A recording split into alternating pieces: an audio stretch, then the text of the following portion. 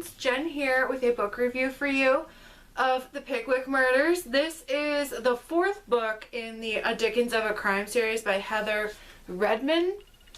And this one I had actually started reading and then stopped and did A Christmas Carol Murder because I didn't realize that they had to be read. They didn't have to be read sequentially, and it even kind of says that in the back. Like, if you haven't read these ones, go back and read them. But there are a lot of characters, and sometimes they're referring to previous characters, so it makes sense to have context. So the first one is A Tale of Two Murders. The second is Grave Expectations. The third is A Christmas Carol Murder. And the fourth one is this, the Pickwick Murders.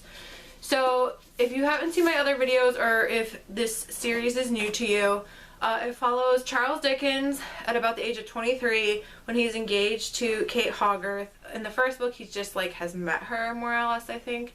I can't really recall since I read them out of order. But he is working at their Chronicle, and he's living in London, and he's not yet famous or anything like that. And he's actually alluding to writing a book of sketches in this one and trying to get it published.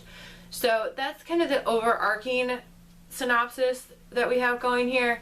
But these are just they're so fun. They don't have like, they kind of have just like average to good ratings, like 3-4 stars on like Goodreads. But I realize Goodreads can be pretty fickle. But I really like these, and I've really come to like Kate and Charles and their family and their friends. The beginning of the books always give a list of characters and denotes who's like a real life person. In this particular one, Charles is invited to be part of the exclusive Lightning Club, but he ends up getting framed for the murder of the president of the Lightning Club and put into Newgate prison. And so this is the first book that introduces Kate's perspective.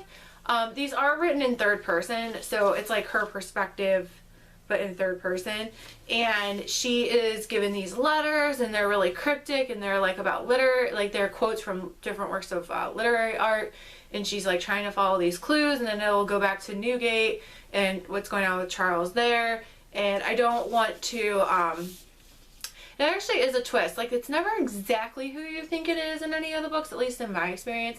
By the end, you kind of can usually piece it together, and this one I didn't actually until the end. But I really like these, and I'm kind of sad that I've read them up to current. I hope that there's a fifth one, because I just really enjoy like visiting with these characters. I feel like there's something about, like, can't remember the exact year. I don't know if it's written anywhere. Oh, it says 1836, so yes, it is written somewhere.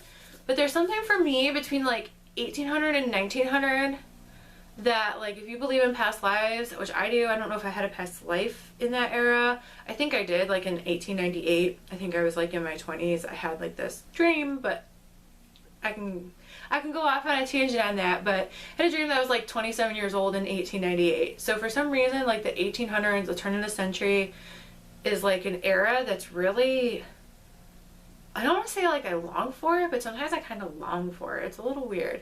But I really love reading books set in that time period. Kate can be annoying, but in this book, she actually finally stopped. Like, she was kind of annoying in A Christmas Carol Murders because, I mean, I guess if I had lived in the time, like, she's just so adherent to, like, what her father wants and stuff. But this book, she was much more, like, outspoken, but still within the time frame, like, the framework of the time period. But this one was really fun. It was, like I said, there was a twist, definitely didn't figure it out, but these books are just really fun for me, and they're kind of written not necessarily in the old-fashioned language, but kind of, and there's a lot of words that like are from that era, so it's like reading an old novel, but you're not, because it's written by a contemporary person, and there's mystery and historical fiction, and I personally really like them. There are nods to the original stories, like the Pickwick, I forget what these are from, like a short stories, or the posthumous papers of the Pickwick Club. So that's, you know, that's fun. This one like really deviates because Charles Dickens never actually was in prison. But I never, like, I don't know enough about Dickens' life to know whether how closely the other books are like following his life. Like, I know he was really engaged and married to Kate Hogarth. I know that they had 10 children because I looked it up because I was curious. But these books they're really fun and I really enjoy reading them. I've realized that I really love historical fiction and I really love mystery. So a couple books on my soon to read list are there's this book about if the Bronte sisters solved murders that's written by somebody else, not by Heather Redmond, that I plan on reading next. And then there's I'm gonna go back to Marie Benedict and read about when Agatha Christie disappeared. She has a book about that. So that's just historical fiction, but it's gonna have a little bit of a mystery twist on it. And that's just what I'm feeling right now. So, you know, I used to be all about the YA, like dystopia and then fantasy and then sci-fi. Now I'm not interested really in YA at all, and sometimes I throw in some adult contemporary. I do have the third book in that Well Met series. It's called Well Matched, I believe is the third one.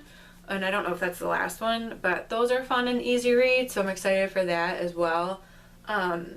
But yes, very much enjoying these. Very much looking forward to a fifth one. I hope that there's a fifth one. I don't know. I haven't researched yet to find out. But the way this one ended, like, I could see it going either way. Like, it ended, like, on a note where it's kind of implying more, but it also could be the end. But I feel like there's probably going to be a fifth one. So if you like Charles Dickens, if you like historical fiction, if you like mystery, or if you like any of those three elements, then I suggest that you check this out. And I think my dog barking is time for me to sign off. So in the meanwhile, stay integrated. Bye!